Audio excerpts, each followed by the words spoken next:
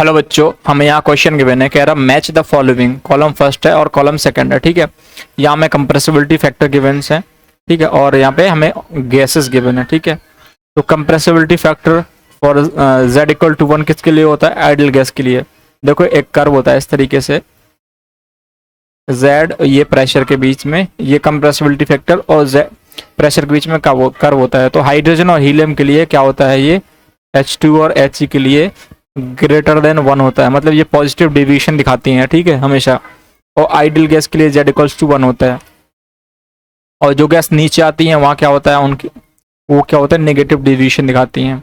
ठीक है, तो यहाँ देखो हाइड्रोजन गैस, ये तो पहला ए का क्या हो जाएगा? सिंपली ए का तो हमारा ये आइडियल गैस है, ए का क्यू। क्यों? क्योंकि z equals to 1 ideal gas के लिए होता है।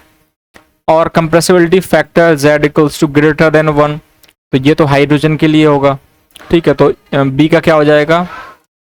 हाइड्रोजन और हीलियम, अगर इनमें से कोई है तो इनका क्या आ जाएगा? पी आ जाएगा। ऐसा ही हाइड्रोजन हीलियम के लिए ऐसा क्यों होता है?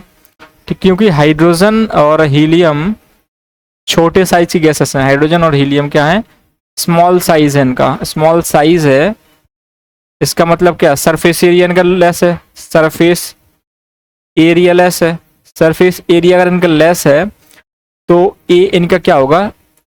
ए इनका लेस होगा, मतलब अट्रैक्टिव फोर्सेस इनके बीच कम होंगी। और बी इनका क्या होगा? डोमिनेंट होगा, मतलब रिपल्सन फोर्सेस इनमें क्या होंगी? डोमिनेंट होंगी in comparison to attractive forces. तो यहाँ पे क्या हो जाएगा? लो प्रेशर पे भी ये क्या करती हैं? पॉजिटिव डेविएशन दिखाती हैं।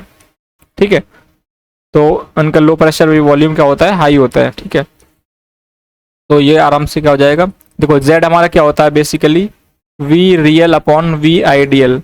ठीक है, अगर ग्रेटर देन 1 है तो इसका मतलब क्या हो जाएगा? v रियल ग्रेटर देन है v आइडियल की। अगर लो प्रेशर पे रियल गैस का वॉल्यूम आइडियल गैस से ज़्यादा है तो क्या आ गया? मतलब b डोमिनेंट है वहाँ पे।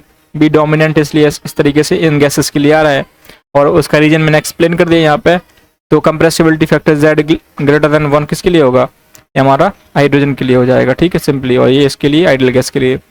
अब कह रहा है कंप्रेसिबिलिटी फैक्टर लेस देन 1, तो कंप्रेसिबिलिटी फैक्टर लेस देन 1 किन के लिए होता है? मीथेन, जैसे मीथेन गैस है, इसका मॉलिक्यूलर ये कैसा होता है? टेट्राहेड्रल होता है, CH4 ऐसे होता है।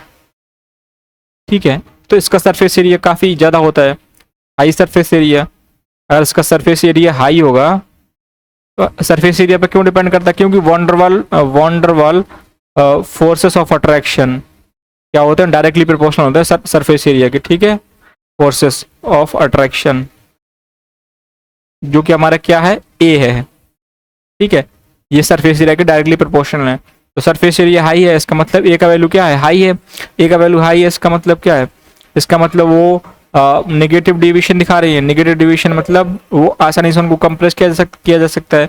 नेगेटिव डेविएशन ऐसे कुछ दिखा रही है, तो मीथेन गैस कुछ ऐसे दिखाती है। ठीक है, तो यहाँ पर नेगेटिव डेविएशन दिखा रही है और नेगेटिव डेविएशन दिखा रही है, तो इसका मतलब क्या है? ये आसानी से क्या हो सकती है?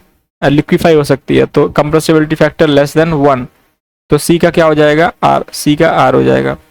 और compressibility factor z equals to 0, तो 0 तो कहाँ पे आएगा? यहाँ पे आएगा 0। 0 अब यहाँ पे आ जाएगा, तो 0 में क्या है? None of these. सिंपली इसमें तो कुछ है नहीं, ऐसा तो कुछ होता नहीं। क्या तो पॉजिटिव डेविएशन दिखाएगी, नेगेटिव डेविएशन दिखाएगी, या फिर कोई भी डेविएशन नहीं दिखाएगी। तो ये तीन चीज़ें ही पॉसिबल होती हैं। तो z0 का कोई मतलब नहीं है, तो ये क्या हो जाएगा? None of these. तो d का s हो जाएगा। तो d का क्या हो जाएगा? s। तो एक QPRS, तो QP में ये गलत हो जाएगा। सेकंड बोल रहा है RP, नहीं ये भी गलत। QPRS, तो ये हमारा क्या हो जाएगा? सही आंसर हो जाएगा। ये क्या है? QSRP, ये भी गलत हो जाएगा। तो थर्ड ऑप्शन हमारा सही आंसर हो जाएगा। तो I hope you understood the concept. Thank you.